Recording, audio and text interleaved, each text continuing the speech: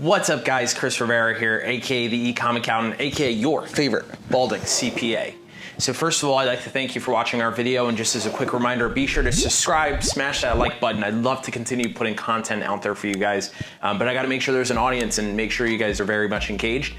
So please help us out, and we will be very grateful for that. Without further ado, we're gonna get into today's topic, which is cash flows, which, as many of you e-commerce entrepreneurs know, is a huge nightmare, just because in the space, cash flows in a high volume transaction business could make for a very messy situation. You can have a super profitable business, as we're gonna see, and not have good cash flows, or vice versa. You could have fantastic cash flows, but a not so profitable business. So without wasting any more time, we're just gonna jump into the details and let's see what we've got in store for you.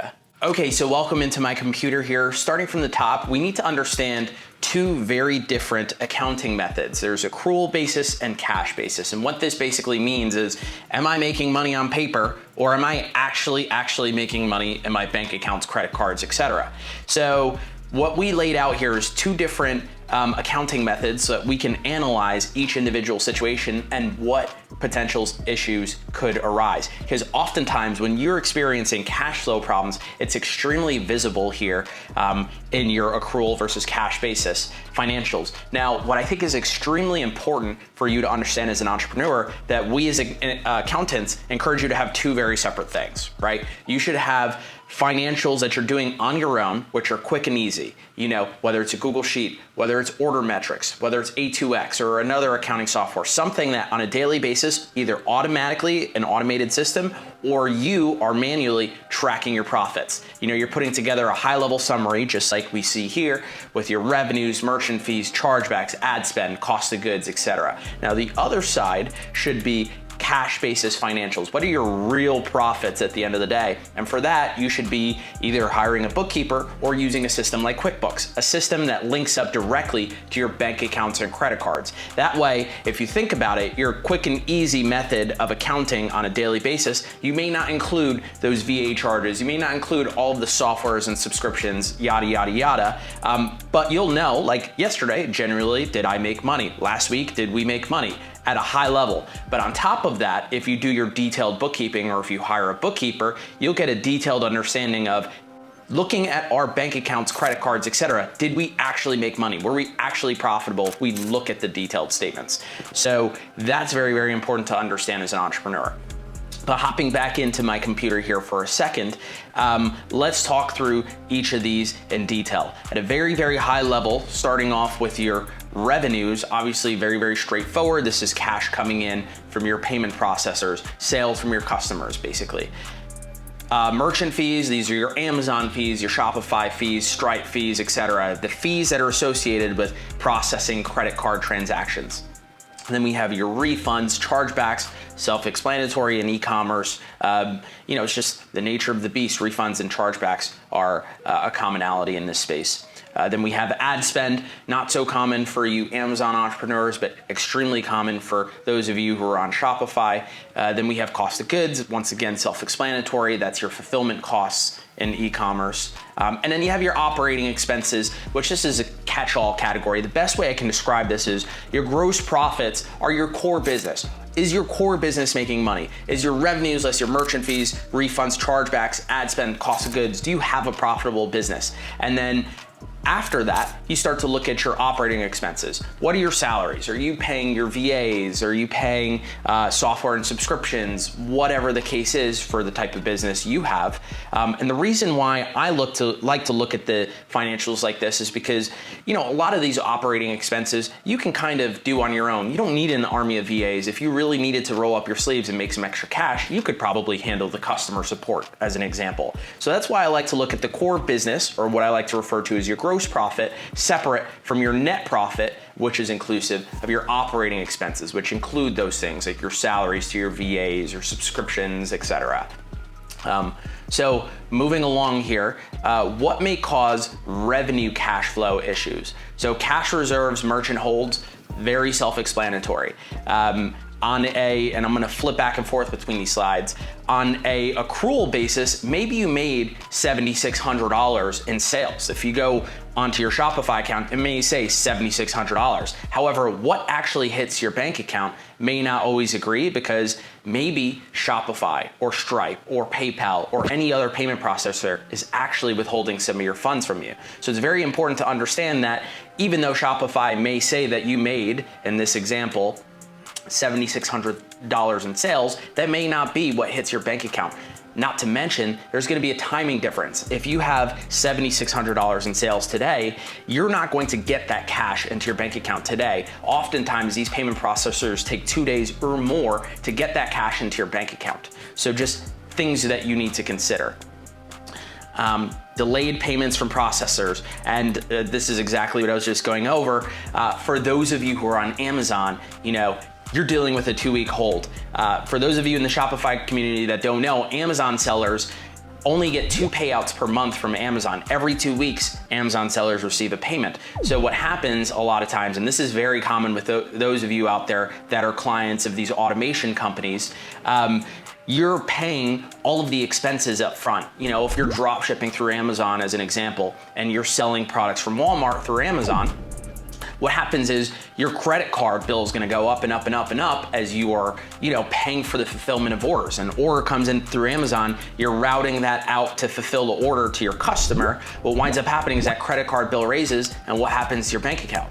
Nothing, because you don't receive that Amazon distribution until about 2 weeks later. So a lot of our automation clients that, they're the clients of automation companies, they don't understand this concept right away, because they're freaking out that their credit cards are raising to these really, really high levels, but they're not receiving any cash. And that's the quintessential cash flow example where, on paper, these people might be making a lot of money, but if you look at the bank account versus your credit card, it doesn't seem to be the case. It's all about timing. How can I fix the revenue cash flow issues? So very, very important topic to cover here. Most of it is centered around the customer experience. As silly as it sounds, your customer experience has a ripple effect into the rest of your business. Think about it this way. If you're drop shipping from China, let's say, right, and the customer doesn't receive the product that they ordered for 6 weeks, and then once they receive it, it looks nothing like the product that was in that Facebook ad that they saw it on. Not to mention the packaging looks very cheap, and just overall the customer experience is really, really bad. Let's say they didn't even receive an email with a tracking number or whatever the case may be.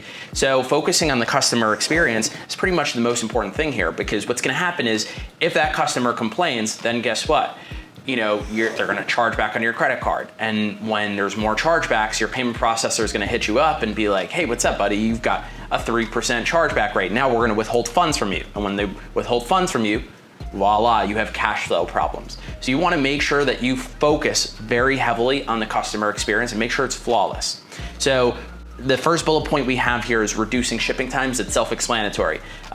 Especially with American customers, their expectations are through the roof. So you wanna make sure that you're getting your products to your customers as soon as possible.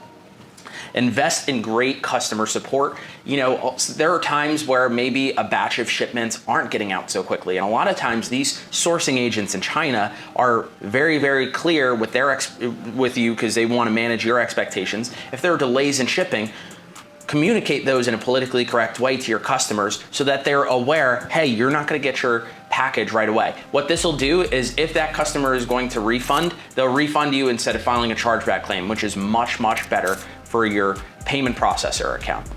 And then the last thing we have here is control product and packaging quality. As silly as it sounds, you can have the same exact product, one shipped in a way that is in a really cool package, shipped in 4 days, and just the unboxing experience for the customer is great, and they're gonna think it's a very, very high quality product. Or example 2 might be, they receive their product in 4 weeks, the packaging looks cheap, there's a Chinese shipping label on it. It just is a completely different experience. And the perception of that product might be, oh, this is a cheap product from China. At the end of the day, even though those 2 products are the exact same type of product, because there was a different experience for the unboxing experience, the shipping time, etc., the customer has a much higher perceived value. So that goes a long way. Don't underestimate the ripple effects that those types of things can have on your cash flows.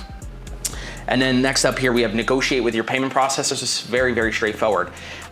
Reach out to Shopify, reach out to Stripe, reach out to, if you have a third party that's, not PayPal, Stripe, Shopify, reach out to those companies and say, hey, listen, we have a low chargeback rate. What can we do to get paid quicker? So just asking can go a long way.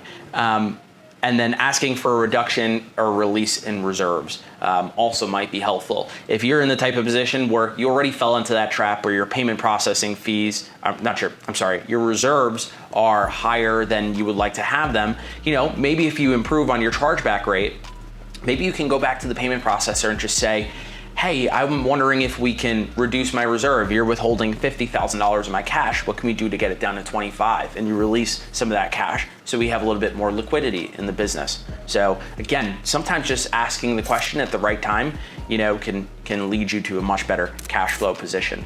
Okay, so next up here, what may cause merchant fee cash flow issues? And this falls more into the topic of, accounting for your profits correctly, because a lot of times I see entrepreneurs not necessarily understanding their profits or not tracking them correctly, even for that high level analysis that I recommend that you do.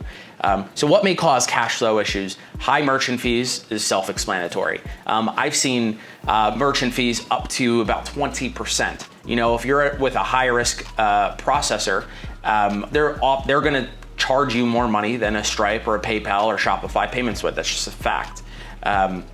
Not accounting for merchant fees is self-explanatory. Obviously, you're going to not understand your cash flows if you're not accounting for your profits accurately. So you want to have a good understanding of what specifically you're getting charged to process credit card payments. And then the last thing we have here is chargeback and other unforeseen fees.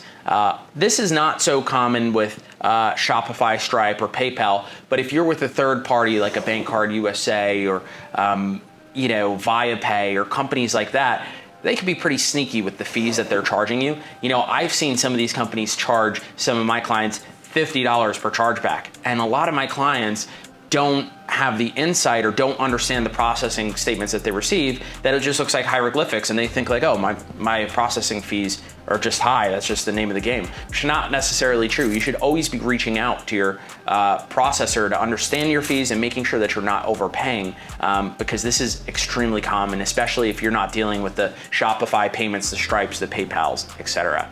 So this is again just an example of the financials, and you can see here, accrual basis and cash basis can be different because of timing, mostly. How can I fix the merchant fee cash flow issues? So the first one, and we're gonna go, this is gonna be a repetitive topic, improve the customer experience, reduce the shipping times, invest in great customer support, control product and packaging quality. This is the name of the game in e-commerce, guys. If you can get the customer experience down, you can have an extremely lucrative business. And next up here, we have negotiate with your payment processors. Ask about the chargeback fees, ask about a reduction in fees. Again, asking the right question at the right time, making your expectations known, or just telling them what you're looking for in a business relationship. Like, hey, listen, I'm okay with you charging me 12% in processing fees now, but I want to work with you to get my processing fees down to 8% in 3 months. What can we do? If we bring down our chargeback rate and we hit certain milestones, can you guarantee us that you're going to lower our rates? Again, just asking the right questions, making your expectations known, that can go a long way. And, unfortunately, just to touch on this topic again, this obviously doesn't really apply for the Amazon sellers out there. The first two topics, the revenues and the merchant fees, because Amazon pretty much streamlines the same process for everyone, and everyone that I've done business with, at least for my clients, gets the same payment schedule, the same 15% merchant fee percentage. So these first two topics don't really apply to you Amazon sellers. Okay, so next up here, what may cause ad spend cash flow issues? So ad spend, for those of you who are in the Shopify space, that's usually how you are scaling your business, whether it's Facebook ads or Google AdWords or Snapchat is very popular now. Influencers are very, very popular. So some of the topics we have here is fraud. E-commerce is super, super prevalent with fraud, especially not so much the e-commerce with the large big box brands, but more so with the digital entrepreneurs, the solopreneurs, the one-man show, the guy behind the computer that, is generating $1 million in sales in Shopify. A lot of times These entrepreneurs are either outsourcing, their ad management to an agency basically, or they have VAs running their ads, or they have an employee, etc. But what you need to do is make sure that you're auditing those ad spend numbers. You want to make sure that, even if your ad spend is dialed up and your business is scaled, you want to make sure that you're double checking your credit card numbers against your ad spend, your Facebook Business Manager, your Google Ads account, etc., to make sure that they match up. The next one here is timing. Obviously, on an accrual basis, Facebook tracks your ad spend, on real time. If you check your ad spend every 3 hours, it's gonna update, on Facebook. But in terms of your credit card, if you were to look at your credit card statements, depending on what threshold you hit for billing, a lot of people I see when they're scaled up put $900, you're gonna see $900, $900, $900, like just an army of $900 transactions, which, it can be confusing because Facebook charges you like to the cent. Meanwhile, on your credit card statement, you're looking at a whole slew of $900 transactions. So the thing is, if let's say you don't hit that threshold in a certain day, let's say you spent $100 today, but your budget threshold is $900 to get billed, guess what? On your accrual basis financials, you'll have $100 in ad spend. But when you look at your actual, bookkeeping reports, etc., for a cash basis, you're not going to see that charge at all. Why? Because that $100 didn't hit your budget threshold. So on your credit card, you're not going to see that charge. So that is another cause of cash flow confusion.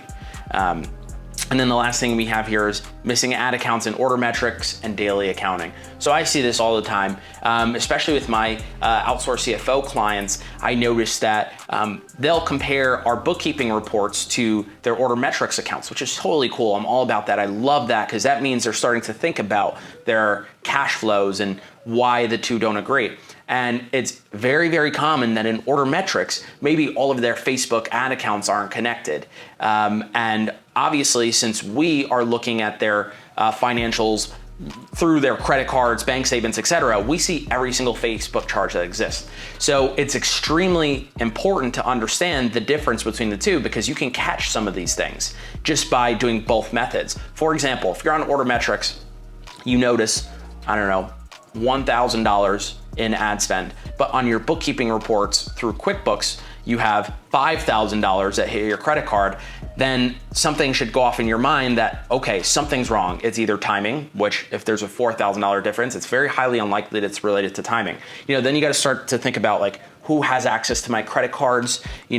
Does Order Metrics have access to all of my ad accounts, etc.? So you want to make sure that you're constantly comparing, what's hitting your credit card versus what's in Order Metrics or what's in Facebook or what's in Google AdWords, etc. And here you can see very clearly in an example, Order Metrics may have 2533.33 in your in your ad account for the day, right? However, if you look at your credit cards, again, cash basis, you're looking at what's actually hitting your bank account, what's actually hitting your credit card, you notice it's $1,800 even. A lot of times my clients will ask me, why? What's the difference? How does that make any sense? The reason is because we didn't see this. We didn't see this additional charge hit your credit card or bank account yet. So we didn't account for it because it doesn't exist yet on a cash basis. So that creates differences that you just want to be aware of, but from a cash flow standpoint, something you should keep close tabs on. Okay, how can I fix ad spend cash flow issues? We've probably already talked about a bunch of these, but monitor and verify all daily Facebook charges. So again, within your Facebook account, there is, for each charge, there's a unique transaction ID. I would recommend even making it a routine, whether it's a VA or you do it yourself, someone compare that transaction ID to the actual credit card charge to make sure that you can match up the transaction IDs. And if there's any missing, either if it hits your credit card, you notice there's credit card transaction IDs that you can't trace back to Facebook, then you got to take a step back and say, okay, am I missing an ad account? Does someone else have access to my credit card, etc.? Or vice versa, if you notice transaction IDs that haven't hit your credit card yet, it's probably no worry, just anticipate that there are charges that are probably gonna come through either the next day or the day after. Limit the amount of people who have access to your business manager. self-explanatory there. This is a space with a lot of fraud, unfortunately. So you want to be careful who has access to your accounts. And then most importantly, limit the amount of people who have access to your credit card. Because there's a lot of sleazy people out there that know, like, hey, Joe Schmo runs a lot of ads. If I spend $2,000 a day on his credit card, he may not notice. And I see that happen, unfortunately, very often. Okay, what may cause cost of goods sold cash flow issues? So starting from the top here, inventory purchases in advance. This is where you Amazon sellers might come into play, whether you're fulfillment by Amazon or your fulfillment by owner. This is not so much a big deal with drop shippers per se, but obviously if you buy 2,000 units of inventory up front, you're gonna tie up a lot of cash in that inventory. So you're gonna experience some cash flow headaches potentially because you laid out a ton of cash to acquire inventory. And until you start to receive orders and sales in, you might experience tightness with your cash flows. Next up here, we have bulk dropshipping supplier payments or deferred. So basically, I see this all the time with dropshippers. Once you scale up to a certain point in time, a lot of dropshippers no longer use the AliExpresses or the Oberlos or the bigger companies. Instead, they start to turn to sourcing agents and other companies. Quick plug here, I'm the CFO of Zendrop, highly recommend the services, but this video is not about that. Going back to what we were talking about, a lot of times drop shippers will pay their suppliers on deferment, which basically means they may go through an entire week's worth of orders and then pay their supplier at the end of the week, which could be confusing for a lot of drop shippers because they may see their bank account increase and they may pay off their credit card and they may think they're in a fantastic position, and then Friday comes around and they owe their money to a supplier because the supplier is billing in arrears after they ship out orders. So you want to be very, very careful and be cognizant of tracking on a daily basis or as often as you can how much money you're going to owe your supplier, because this can cause some really, really ugly cash flow situations. And then the last one is sourcing agent or supplier fraud, which is self-explanatory. You'd be shocked at how many times we've seen suppliers, sourcing agents from China overcharge our clients. We highly recommend that you're consistently auditing, the work of your sourcing agent suppliers. And the reason is because a lot of people think that these Chinese sourcing agent suppliers are very established and the numbers that they're giving you must be right, but oftentimes they're not very sophisticated businesses out in China. Just like, you may be a solopreneur that just has, maybe a couple of VAs working for you. These sourcing agents in China might be a solopreneur that just has a strategic relationship with manufacturers, and they don't have, a team that's dedicated to auditing your orders, making sure billings are correct, etc. So the burden is on you, I believe at least, to make sure that you're understanding what you're getting charged for, to make sure that you're not getting overbilled by your supplier or sourcing agent in China. All right, so moving along here, as you can see in the financials example, what we did was we said, okay, on an accrual basis, maybe you fulfilled $1,900. Let's say you sold 19 units and your cost per product is $100. That's $1,900 in units that you fulfilled. So on paper, your cost of goods sold is $1,900. However, what did you experience from a cash flow standpoint? What actually hit your bank account?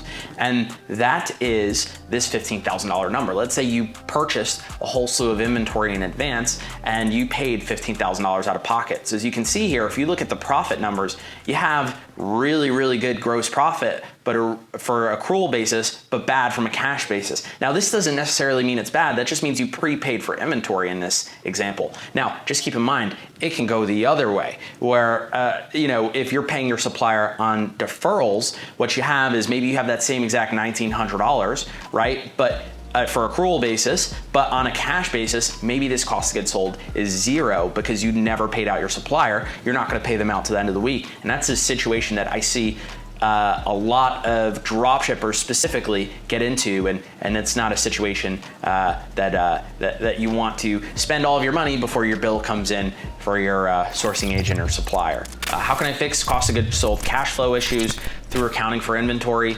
This is one of the more difficult things in e-commerce accounting, in my opinion, is just understanding how many units you have left. You know, what's the landed cost per unit? What is your total inventory worth, etc. Just either hire a professional or figure out how to account for inventory so that you are never in a situation where, you know, you owe your supplier money you don't have, or on the other side of it, if you lay out a lot of cash for inventory and you're broke, for lack of a better word, you're in a situation where you understand enough where it's like, if I get X amount of sales, I'm in a healthier cash flow position. So just accounting for inventory in general is important. Thorough review of supplier invoices. This is for, I guess, both sides of the spectrum.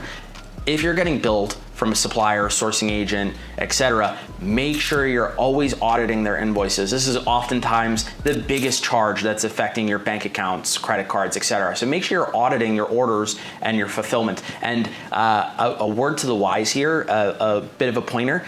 A lot of sourcing agents in China will give you refunds for orders that you refunded your customer. For example, if you had long shipping times and your customer hits you up for a refund, if you hit up your sourcing agent, supplier, etc., it's extremely common that these Chinese companies, in order to keep your business, will give you the refund for that product. So something to definitely keep in mind and take with you from this video.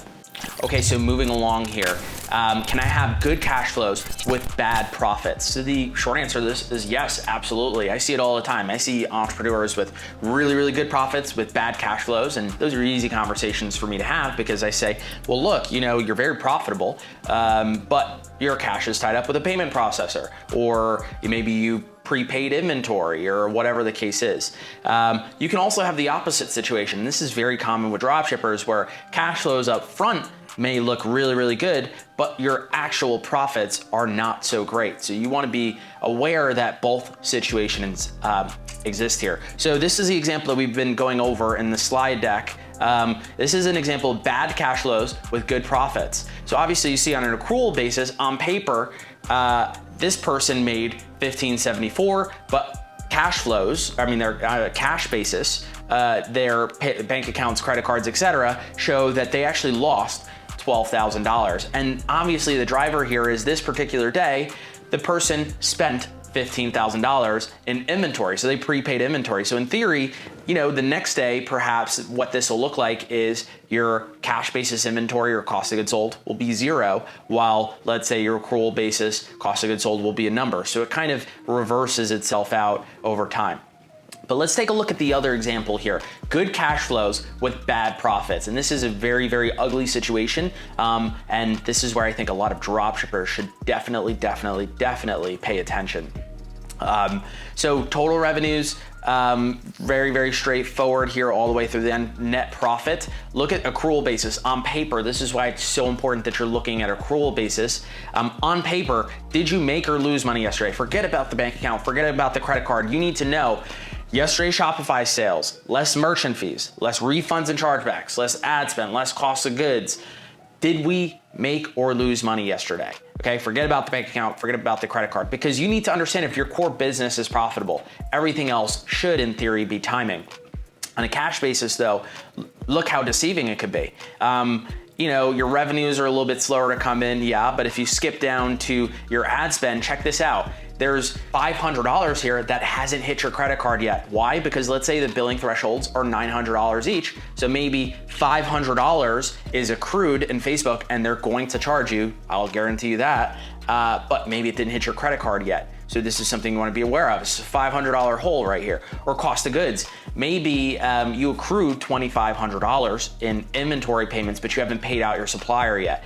So if you look at the bottom line numbers, on a cash basis, a lot of entrepreneurs would be like, oh crap, I made $700 today. But in reality, what's going on is because of timing, they actually lost $706. They just haven't paid out, you know, their ad spend yet or their cost of goods sold yet entirely. So just a situation you want to be aware of. All right, so that concludes our video here. First of all, I'd like to thank you for tuning in. If you find this content valuable, please, please, please smash that like button, subscribe. We plan to put out more and more content and get more engaged with you guys. I love the feedback on the first few videos, and we plan to roll out even more. Please put your questions in the comment section below, but also include your suggestions for what you want to see in future videos, and we'll do whatever we can to accommodate. Thanks so much for watching, and have a great day.